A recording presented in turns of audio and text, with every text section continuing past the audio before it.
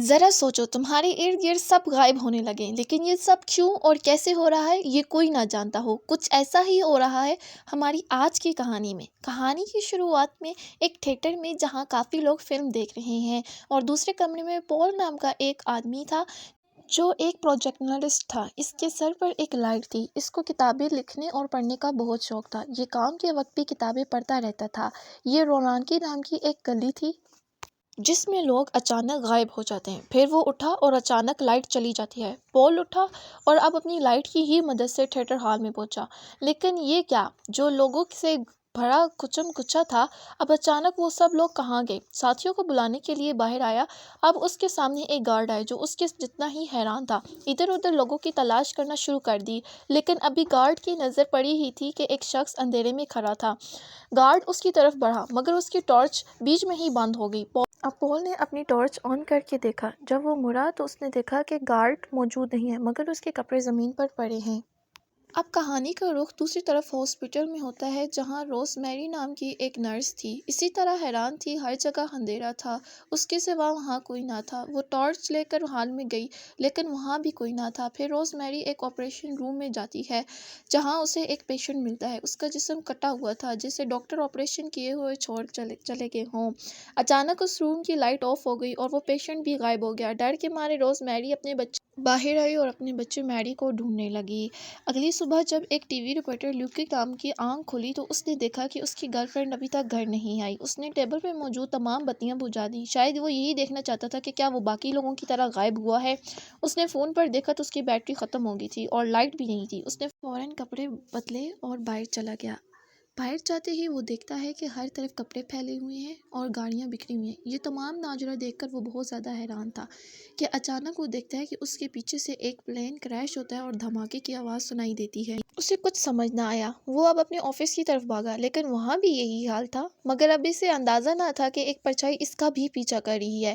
لوک نے دیکھا کہ آفس میں لائٹ نہیں تھی، کسی کا بھی فون کام نہیں کر رہا تھا، مگر اس نے اپنی گرل فرینڈ کی تصویر کو دیکھا۔ پھر اس کی نظر کمرے میں باہر ایک پرچھائی پر پڑی۔ لوک کے جانے کے بعد اندھیرا ہونے پر تصویر غائب ہو گئی۔ لوگوں کے غائب ہونے کے بعد لوک 72 گھنٹوں بعد سڑک پر ایک گاڑی چالو کرنے کی کوشش کر رہا تھا کہ اچانک کھڑکی پر آ کر ایک آدمی اس سے مدد مانگ رہا تھا۔ اس کے ہاتھ میں بھی ٹارچ تھی مگر وہ ٹارچ کام کرنا بند کر گئی، مگر لوک نے دروازے بند کر دیے اور پرچھائی اس آدمی کو نگل گئی۔ کچھ دیر بعد لوک نے دیکھا کہ آدمی غائب ہو گیا اور صرف اس کے کپڑے بچ گئے۔ اسے مرتا دیکھ کر لوک چلتی گاڑی کی تلاش میں نکل پڑا۔ پاس ایک چھوٹی سی لڑکی تھی جس کے ہاتھ میں بھی لائٹ تھی مگر لوک کی اس کی طرف نظر نہیں پڑی۔ پھر اسے گاڑی ملی جس کی ہیڈ لائٹس چالو تھی لیکن اس کا انجن سٹارٹ نہیں ہوا، لیکن اگلے ہی موڑ پر اسے ایک پب دکھا جہاں کافی اجالا تھا۔ وہ فوراً اندر گھسا لیکن وہاں بھی کوئی نہ تھا۔ بار میں بھی کئی لوگوں کے کپڑے زمین پر پڑے تھے۔ جس نے تھوڑی سی شراب پی خود کو شانت کیا۔ اس نے پاس ہی ایک جنریٹر کو سٹارٹ کیا۔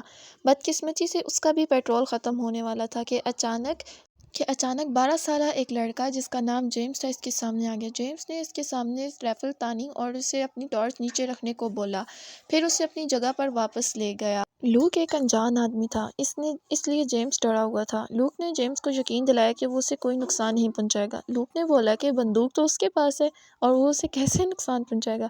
اس نے بندوق نیچے رکھ دی اور اپنا نام بتایا اور وہ اس کے بار کا مالک کا بیٹا تھا۔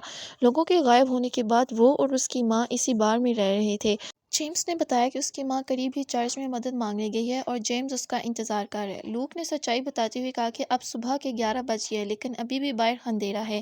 اس گھٹنا کے بعد سورج دیر سے اٹھنے اور جلدی چھپنے لگا ہے۔ کچھ ہی دن بعد دھرتی پر سورج کی روشنی بالکل ہی نہیں ہوگی، اس لیے جیمز کی ماں کی واپس لوٹنے کی امید کافی کم ہے۔ لیکن جیمز کو اس پر یقین نہ تھا۔ اس نے وہیں رک کر اپنی ماں کے انتظار کرنے کا فیصلہ کیا۔ لوک نے جیمز کو کافی سمجھایا کہ وہ زندہ رہنا چاہتا ہے تو لوک کے ساتھ چلے، لیکن جیمز بھی اپنے فیصلے سے ٹس سے مس نہ ہوا۔ ابھی لوک جیمز کو سمجھا ہی رہا تھا کہ اس طرح کرنا پاگل پن ہے کہ اچانک دوبارہ نرس روز میری آتی ہے اور وہ اپنے بچے کی تلاش میں ہوتی ہے۔ جب نرس کو اپنا بچہ نہیں ملتا تو وہ لوک پر اپنے بچے کے اغوا کا الزام لگاتی ہے اور لوک کو کہتی ہے کہ اس کا بچہ واپس کر دے، اور پھر یہ ان دونوں پر چلانا شروع کر دیتی ہے۔ پاگل پن میں وہ موجود بندوق کو اٹھا لیتی ہے اور ان دونوں کے سروں پر رکھتی ہے، جبھی وہ ایک ٹیبل پر اپنی گولی چلا کر شانت ہوتی ہے۔ دوسری طرف ہم پول کو دیکھتے ہیں جو بامشکل ہی پرچھائی سے جان چھڑا کر ایک لائٹ والے بس اسٹاپ پہ پہنچتا ہے، مگر پرچھائی نے اس کے جسم کو کافی زخمی کر دیا تھا۔ پول کافی درد محسوس کر رہا تھا۔ ادھر بار میں جیمز نے روز میری کو پانی پلا کر شانت کیا۔ اس نے بتایا کہ وہ اپنے 9 ماہ کے بیٹے مینی کو ڈھونڈ رہی ہے۔ اس کے بعد ہم فلیش بیک میں دیکھتے ہیں کہ ہاسپٹل کے باہر سگریٹ پینے آئی تھی کہ اچانک ہر طرف اندھیرا ہو گیا اور گاڑی کریش ہونے کی آواز آئی، مگر روز میری اپنی لائٹر کی روشنی کی وجہ سے بچ گئی۔ اس طرح رات گزر گئی اور وہ اپنے گھر نہ جا سکی جہاں وہ اپنی بچی کے پاس پہنچے، مگر صبح ہوتے ہی وہ اپنی بچی کے پاس پہنچی اور اس کی بچی غائب تھی۔ یہ دیکھ کر وہ بہت روئی اور اس کے بعد اب روز میری اپنے بیگ سے کچھ تارے نکال کے دکھاتی ہے جس کے برعکس وہ ابھی تک زندہ تھی۔ اسی وقت انہیں ایک زوردار چیخ سنائی دی تو انہوں نے سوچا کہ باہر چل کر دیکھا جائے، مگر لیوک نے منع کر دیا۔ لیکن دونوں لوگوں کے اصرار پر لیوک باہر گیا اور اس آدمی کی مدد کرنے کی ٹھان لی۔ لیوک کو بس اسٹاپ پر زخمی پول دکھائی دیتا ہے۔ آخرکار انہیں پاس آتی پرچھائی کی آہٹ سنائی دیتی ہے۔ لیوک نے اپنی جان خطرے میں ڈال کر پول کو بار میں لایا۔ پھر روز میری نے پول کے زخموں پر مرہم لگائی۔ اس کے بعد پول کو ہوش آیا اور اس نے اپنی ساری کہانی بتائی کہ سب کے غائب ہونے کے بعد پول اپنی لائٹ کی وجہ سے بچا رہا، لیکن کچھ دیر بعد وہ بند ہو گئی اور اس کے سر پر کسی زوردار آبزرو کی آواز آئی۔ اسے پرچھائی نے مانوس کر دیا تھا اور اسے موت کے لیے اکسانے لگی۔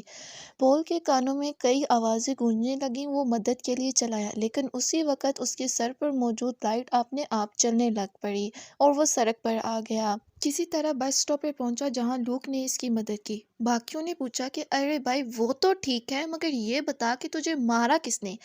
اس نے بتایا کہ یہ کوئی پرچھائی تھی، جس پر روز میری بڑبڑانے لگی اور کہتی کہ ہو سکتا ہے یہ ہمارے گناہوں کی سزا مل رہی ہو، جس پر لوک نے اعتراض کیا اور کہا کہ کوئی ہمارے گناہوں کی سزا کس قدر دے سکتا ہے۔ اس بعد میں لائٹس آف ہونے لگی اور تینوں اپنی جان بچانے کے لیے بیسمنٹ پہ پہنچے۔ لوک جنریٹر ٹھیک کرنے گیا تب پول نے انہیں روناکی کام کی گم شدہ کتاب کے بارے میں بتایا۔ اس کتاب کے مطابق 1588 میں روناکو نامی ٹاپو میں لوگ غائب ہونے لگے۔ باقی لوگوں کو تب پتہ چلا جب روناکیوں کے لوگوں کے کپڑے، کھانا اور جانور ملے۔ صفحے پر موجود ایک دیوار پر انہوں نے ایک شب کلانٹرن دیکھا جس کے بارے میں کوئی بھی نہیں جانتا تھا۔ پول نے کہا کہ اس کے پیچھے کا ریئرسر کوئی نہیں جانتا۔ اس نے پریشان ہو کر جنریٹر کو توڑنا شروع کر دیا اور پھر وہ زخمی ہو گیا۔ باقی سب نے مل کر اسے پول ٹیبل پر لٹا دیا۔ روز میری نے لوک کو برف لینے کے لیے بھیجا۔ آخری بار آفس جانے کا پل یاد کیا۔ اسٹوڈیو میں آخری خبر چل رہی تھی جس میں رپورٹ کرنے والی عورت اچانک ہوا میں غائب ہو گئی۔ جبھی دوسری طرف ایک اور خبر چلنے لگی جس میں ایک آدمی سب کو اپنے ساتھ ایک ٹارچ یا لائٹ رکھنے کو کہہ رہا تھا۔ اس کے مطابق یہ پرچھائی کوئی بھی روپ لے کر انسان کو مارنے کے لیے اکسا سکتی ہے، اس لیے وہ لائٹ سے خود کو بچا سکتے ہیں۔ اس میں لوک کو آئیڈیا ہے کہ وہ کسی طرح شکاگو پہنچ جائیں تو وہ بچے ہوئے لوگوں سے مل کر اس پریشانی کا حل نکالیں گے۔ جبھی پول کو یاد آتا ہے کہ اس نے راستے میں چالو ٹرک دیکھا تھا اور اسے سب کے ساتھ مل کر اس ٹرک کو ٹھیک کرنا چاہیے۔ تھوڑی دیر میں پب کا بھی جنریٹر ختم ہونے والا تھا، اس لیے انہیں جنریٹر کا استعمال ٹرک کے انجن چالو کرنے میں کرنا چاہیے تھا، لیکن روز میری کے مطابق انہیں موت تو آنی ہی آنی ہے۔ ارے بھائی اس کا کیا ہو گیا یار، مگر لوک نے اسے منا ہی لیا تھا۔ لوک جیمز کو کہتا ہے کہ وہ یہاں رک کر پول کا خیال رکھے اور یہ دونوں ٹرک کی جانب بڑھتے ہیں۔ یہاں پول بے ہوش ہونے والا تھا مگر جیمز اسے جگائے رکھتا ہے کہ اچانک جیمز کو ہیلوسینیشن ہونے لگتی ہے اور اسے بار میں لوگ ہی لوگ دکھائی دینے لگتے ہیں، مگر جب پول نے اسے پانی مانگا تو اسے اصلیت کا احساس ہوتا ہے۔ جب وہ باؤل میں پانی لینے لگا تو لائٹ اچانک آف ہونے لگی۔ ادھر لوک اور روز میری نے ٹارچ پکڑے ہوئی بچی دیکھی جسے نے پول کو دیکھا تھا۔ ہی یہ دونوں بچی کی طرف بڑھتے ہیں تو وہ بچی بھاگنے لگتی ہے اور یہ بچی کا پیچھا کرتے ہیں۔ جیسے ہی بچی کا پیچھا کرتے ہیں تو پرچھائی اس پر حملہ آور ہوتی ہے اور ٹرک کی لائٹ کی وجہ سے بچتا ہے۔ ادھر پول جب ٹیبل سے اٹھتا ہے تو جیمز کے صرف کپڑے پڑے ہوتے ہیں۔ بیسمنٹ میں جا کر اسے ایک دروازہ ملا جو ایک سرنگ میں کھلتا تھا۔ وہ جیمز کو ڈھونڈنے کے لیے اندر گیا۔ اچانک وہاں کی بھی بتیاں بجھنے لگیں اور اسے پرچھائیوں نے نگلنا شروع کر دیا۔ پھر ہم دیکھتے ہیں کہ پول کے تو کپڑے ٹیبل پر ہی ہوتے ہیں، یعنی سرنگ میں جانا اور پرچھائیوں کا اسے نگلنا یہ صرف اس کا سپنا تھا۔ اصل میں جب وہ ٹیبل پر بے ہوش تھا تو پرچھائیوں نے اس پر حملہ کیا ہوا تھا۔ جب جیمز پانی لے کر لوٹا تو پول جا چکا تھا۔ وہاں لوک اور روز میری کی ٹارچ کی بیٹری بھی ختم ہونے لگی۔ ان کے پاس تو لائٹر بھی نہیں تھا۔ پھر لوک نے قریبی ہاسپٹل میں جا کر ایک ماچس سے کپڑے کو جلایا۔ تبھی روز میری کو ایک روتے ہوئے بچے کی آواز آتی ہے۔ جب وہ باہر جاتی ہے تو یہ سب پرچھائیوں نے اس کو موت کی طرف دھکیلنے کے لیے بنایا تھا۔ روزمیری نے جب قریب جا کر دیکھا تو وہ پالنا بالکل خالی تھا، اور لیکن اب واپس لوٹنے کو بہت دیر ہو چکی تھی۔ اندھیرے میں بے ہوش ہونے لگی تھی، مگر لوک نے کسی طرح جا کر ٹرک کے جنریٹر کو چالو کیا۔ لوک جیمز کو لے کر نکل پڑتا ہے۔ چرچ کے سامنے دونوں کا ایکسیڈنٹ ہو جاتا ہے۔ جیمز اپنی ماں کو ڈھونڈنے کے لیے چرچ کی طرف بڑھتا ہے، لوک اسے روک رہا ہوتا ہے۔ وہیں پر ہی وہ یہ لفظ دیکھتا ہے جو کتاب میں لکھا تھا۔ لوک نے کسی طرح کر کے جیمز کو پرچھائی اور یہ دونوں ٹرک کی جانب بڑھتے ہیں۔ یہاں پول بے ہوش ہونے والا تھا، مگر جیمز اسے جگائے رکھتا ہے کہ اچانک جیمز کو ہیلوسینیشن ہونے لگتی ہے اور اسے بار میں لوگ ہی لوگ دکھائی دینے لگتے ہیں۔ مگر جب پول نے اسے پانی مانگا تو اسے اصلیت کا احساس ہوتا ہے۔ جب وہ باؤل میں پانی لینے لگا تو لائٹ اچانک آف ہونے لگی۔ ادھر لوک اور روز میری نے ٹارچ پکڑے ہوئی بچی دیکھی جس نے پول کو دیکھا تھا۔ ہی یہ دونوں بچی کی طرف بڑھتے ہیں تو وہ بچی بھاگنے لگتی ہے اور یہ بچی کا پیچھا کرتے ہیں۔ جیسے ہی بچی کا پیچھا کرتے ہیں تو پرچھائی اس پر حملہ آور ہوتی ہے اور ٹرک کی لائٹ کی وجہ سے بچتا ہے۔ ادھر پول جب ٹیبل سے اٹھتا ہے تو جیمز کے صرف کپڑے پڑے ہوتے ہیں۔ بیسمنٹ میں جا کر اسے ایک دروازہ ملا جو ایک سرنگ میں کھلتا تھا۔ وہ جیمز کو ڈھونڈنے کے لیے اندر گیا۔ اچانک وہاں کی بھی بتیاں بجھنے لگیں اور اسے پرچھائیوں نے نگلنا شروع کر دیا۔ پھر ہم دیکھتے ہیں کہ پول کے تو کپڑے ٹیبل پر ہی ہوتے ہیں، یعنی سرنگ میں جانا اور پرچھائیوں کا اسے نگلنا یہ صرف اس کا سپنا تھا۔ اصل میں جب وہ ٹیبل پر بے ہوش تھا تو پرچھائیوں نے اس پر حملہ کیا ہوا تھا۔ جب جیمز پانی لے کر لوٹا تو پول جا چکا تھا۔ وہاں لوک اور روز میری کی ٹارچ کی بیٹری بھی ختم ہونے لگی۔ ان کے پاس تو لائٹر بھی نہیں تھا۔ پھر لوک نے قریبی ہاسپٹل میں جا کر ایک ماچس سے کپڑے کو جلایا۔ تبھی روز میری کو ایک روتے ہوئے بچے کی آواز آتی ہے۔ جب وہ باہر جاتی ہے تو یہ سب سائیوں نے اس کو موت کی طرف دھکیلنے کے لیے بنایا تھا۔ روز میری نے جب قریب جا کر دیکھا تو وہ پالنا بالکل خالی تھا، اور لیکن اب واپس لوٹنے کو بہت دیر ہو چکی تھی۔ اندھیرے میں بے ہوش ہونے لگی تھی، مگر لوک نے کسی طرح جا کر ٹرک کے جنریٹر کو چالو کیا۔ لوک جیمز کو لے کر نکل پڑتا ہے۔ چرچ کے سامنے دونوں کا ایکسیڈنٹ ہو جاتا ہے۔ جیمز اپنی ماں کو ڈھونڈنے کے لیے چرچ کی طرف بڑھتا ہے، لوک اسے روک رہا ہوتا ہے۔ وہیں پر ہی وہ یہ لفظ دیکھتا ہے جو کتاب میں لکھا تھا۔ لوک نے کسی طرح کر کے جیمز کو پرچھائیوں سے بچا لیا، مگر جیمز اپنی ماں کو ڈھونڈنے کے لیے ابھی بھی ضد پر تھا۔